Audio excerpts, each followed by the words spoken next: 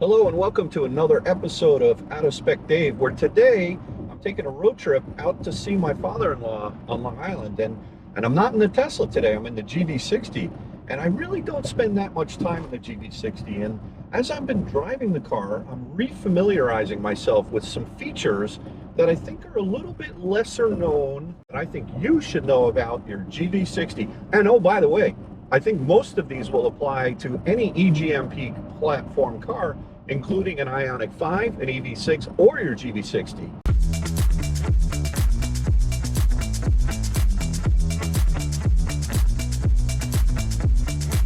Okay, so the first topic I want to talk about today is regenerative braking.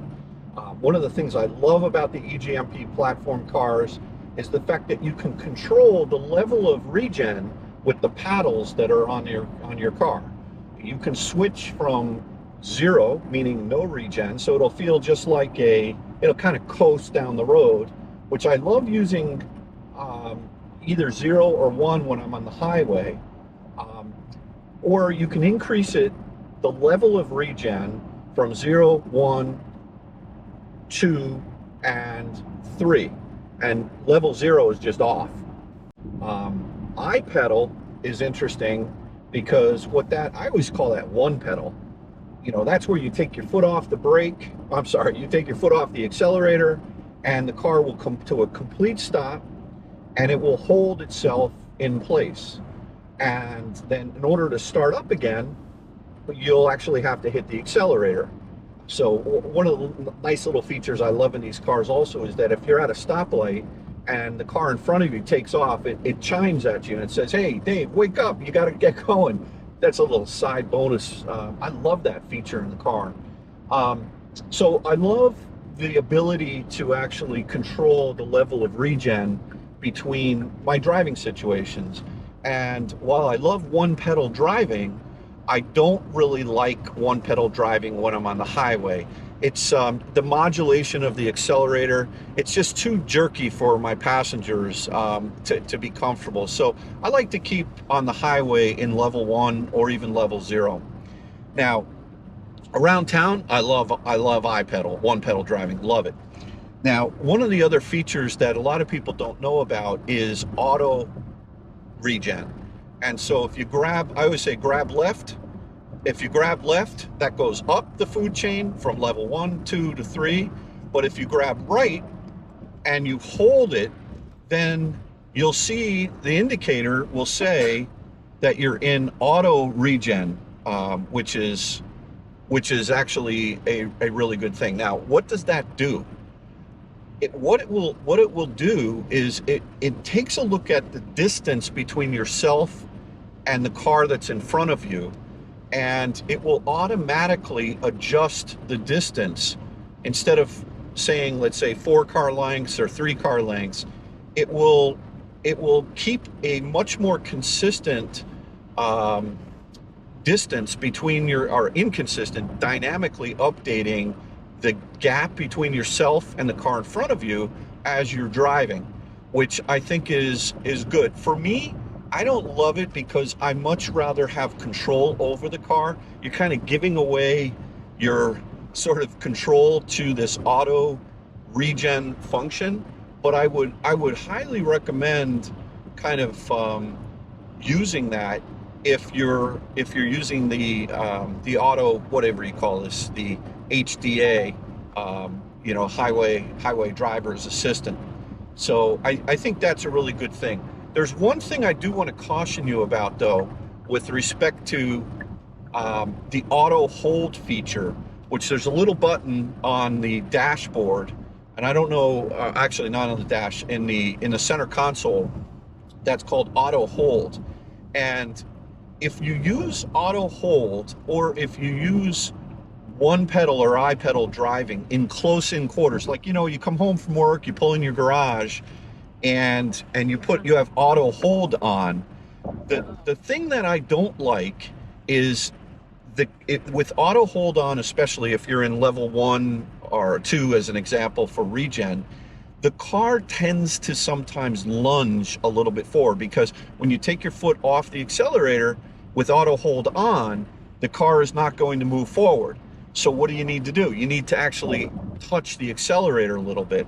And I've had a couple of situations with auto hold on where the car actually lunges, and I almost hit the shelves in our garage one day. You know, I would just be very careful about that. The other thing about auto hold that I would caution you about is if you take your car into an automatic car wash and you put the car in neutral, and you know how they have those tracks that come and they push your wheel and they push you along. You know, they always say put your car in neutral when you're going through the car wash. Well, if you have auto hold on and you're going through the car wash, the car will not move. And what will happen is that little thing that comes through and it hits your tire, you'll actually bounce up and bounce down, and not super good for your car. And it was pretty wild because I took this car through a car wash about a month ago, and I thought I knew what I was doing. And I put the car in neutral, and, you know, I turned my windshield wipers off and I was all ready. And all of a sudden the thing hit my wheels and up and down I went. And I had Bailey with me and she's like, whoa, what's going on here? And, you know, here, I think I know a lot about this car. And the car wash attendant, he motioned to me. I rolled down my window and he goes, turn auto hold off. And I go, this is unbelievable. This guy knew this. So I thought it was really funny, but just be careful with auto hold, again, for those close-in quarters in your garage, or if you're in a car wash. So I think those are a couple things that I would be careful about. Listen, as we get into the colder weather, you know, obviously, you know, everyone, so your tire pressure indicator might come on, tire pressure sensors, you know, air just compresses, and you might get a setting that you need to put some air in your tires. But one of the other things that this car, the GV60, the 2023, and I believe the IONIQ 5 as well as the EV6 are getting over-the-air push updates pushed out to them to support, finally, after a long wait. Please comment below if I'm wrong about the IONIQ 5 or the EV6, but, you know, battery preconditioning. Now, a lot of people, when they hear preconditioning, they think about going onto their app in the morning and warming up the cabin. And yes, that is called preconditioning, but that's cabin preconditioning. What I've been asking for a long time with the IONIQ 5 that the GV60 has, because it's a 2023, is battery preconditioning. And let's talk about what that is. Basically, what battery preconditioning does is it determines that the car will determine that the battery is too cold to accept the optimal amount of energy when you go in and you're doing a DC fast charge. And so if you put a destination into the navigation system in the car, then what the system will do is it will automatically start to warm up the battery pack, even if it's 25 degrees outside. It'll use the climate control system that's built into the car, and it will actually heat up the battery pack to perhaps 25 degrees or 30 degrees Celsius, so that when you pull into the, let's say, Electrify America fast charging station, the car will be able to accept as much energy as possible, because what happens is if battery's cold, then the car will not ask for as much energy from the dispenser.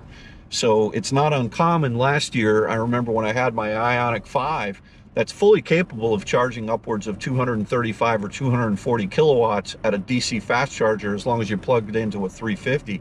I'd pull in when it was cold outside, and I'd only be pulling 60 kilowatts. So battery preconditioning, as it gets colder, if your car has it, there is a setting that you need to go into on the EV menu, and you need to actually turn this little, it's just a checkbox to make sure that you can actually have the battery precondition on. So I would recommend that as well. Another thing that some people have been asking me about these EGMP platform cars is there's an amber light sometimes that's on the dash when you come out to your car in the morning and you're getting ready to go to work, and you see this amber light that's on, and you go, what is that? And now when you think about it, this car has a giant battery inside underneath the floor. It's 77.4 kilowatts, kilowatt hours. Think of that as like a 15-gallon gas tank. It's a lot of energy stored in this car. This car also has a regular 12-volt car battery, like any car has. And what the engineers do is they separate certain functions that require energy between the 12-volt battery and the big DC, or the big battery that is the 77 kilowatt hour battery. So things like unlocking your door, or powering your radio, or perhaps the climate control system, something like that. If you have a 12-volt battery that is weak, then what this car will do is it will take energy from the big DC battery that's in the car, and it will recharge the 12-volt battery. And when that's happening, you'll see that amber light on in the dash. And what that's really telling you is be careful, because the car is powering, or it's recharging your 12-volt battery. Beautiful Aston Martin SUV over there. I think we should stop off at the dealership and upgrade. What do you think, Kathy? No comment. No comment? All right. Yeah. No, we're not going to do that. But that is a gorgeous, gorgeous SUV. So one of the things is, if you do see that amber light on your dash, just realize that your 12-volt battery is actually getting recharged, and that's a good thing. Now, sometimes in these cars, that 12-volt battery can either lose all of its energy, or sometimes it just, I don't know if it's a switch, or it can just be dead. And this is a well-known, documented kind of bug, an issue. For those of you that have seen my video, my IONIQ 5, when I came out, my 12-volt battery is dead video. A lot of people, they complained that, oh, I had all these accessories, you know, I had an iPad mini, I had an OBD, I had this VPeak, this adapter, or this OBD2 port reader, so that I could look at data about battery temperatures in the car, and I had a bunch of other things plugged into the car. Like, oh, your battery, your 12-volt battery is getting, you know, emptied because you've got so many accessories plugged in. Well, here's what I would say to that. You've got a giant 77 kilowatt hour battery, and it's ridiculous to me that even if I do have small drain on that 12-volt battery, that 12-volt battery would die. And so what I highly recommend you do is go out and purchase a little battery tender, or little battery jump start device. They have one over at Costco right now. I saw the other day, I think it's $59. And I would recommend keeping one of those in the frunk, because if you come out to your car and the battery is dead, or if the 12-volt battery is weak, all you have to do is go in and actually connect the terminals to the 12-volt battery, and then the car will be fine, rather than having to call Genesis roadside assistance or anything like that. So get yourself one of those little battery jumpers for the irrespective of whether or not it's cold or not. This problem can happen in the warm temperatures or not. Lane changing, and I may have talked about this in the past, but I thought I would kind of reiterate this, because I've been using this today on this trip out to Long Island, which I think is great. So Hyundai, whether it's Kia, Hyundai, or Genesis, there's two flavors of highway driver assistance. There's HDA and HDA2. Now, with HDA2, they give you the ability to put your turn signal on, and it will automatically change the lane, and then everything will be fine. You don't even have to use it'll auto steer, and it'll do the dynamic or the cruise control like a magnet in front of the car. So it drives itself, the car drives itself very much similar to the basic Tesla autopilot function. And that's what HDA2 does with automatic, with lane changing. The thing that HDA does not have versus HDA2 is lane changing. And interestingly enough, the higher level trims of the IONIQ 5, whether it's the SEL or if it's the Limited, they both come with HDA2. But this car, which is a higher trim Genesis GV60, and quite frankly, even some of the non-electric Genesis cars, they're only coming with HDA, which means that you don't have lane changing. Now, I actually prefer HDA over HDA2, or I should say I'm not upset that this car didn't have it. What happened was, with all the supply chain issues, there were some issues with Hyundai or Genesis getting a hold of enough parts in the front to be able to have the radar sensors to be able to handle the lane changes. It also the car loses with HDA versus HDA2 cross traffic alert in the front. So, you know, if you're backing up in this car and a car is coming perpendicular to you, especially around the holiday seasons, if you're in the mall parking lots more than you care to be, the car will alert you if there's a car coming from the side. It's a great feature. I mean, even the basic Hyundais have them, the Tucsons and what have you. But if you've got HDA2, then you'll also get the front traffic alert cross traffic as well. So if you're pulling out and there's a blind spot you can't see, the car will be able to warn you that there's a car coming from the left or the right. The Genesis GV60 does not have that. And the reason why it doesn't is because it doesn't have HDA2. So, but HDA, in terms of the lane changing, I find what happens is when you put on the turn signal, it will allow you to take the lane manually, which I like. I don't really like it when these cars take the lanes. I know everybody's big into enhanced autopilot on Tesla and full self-driving.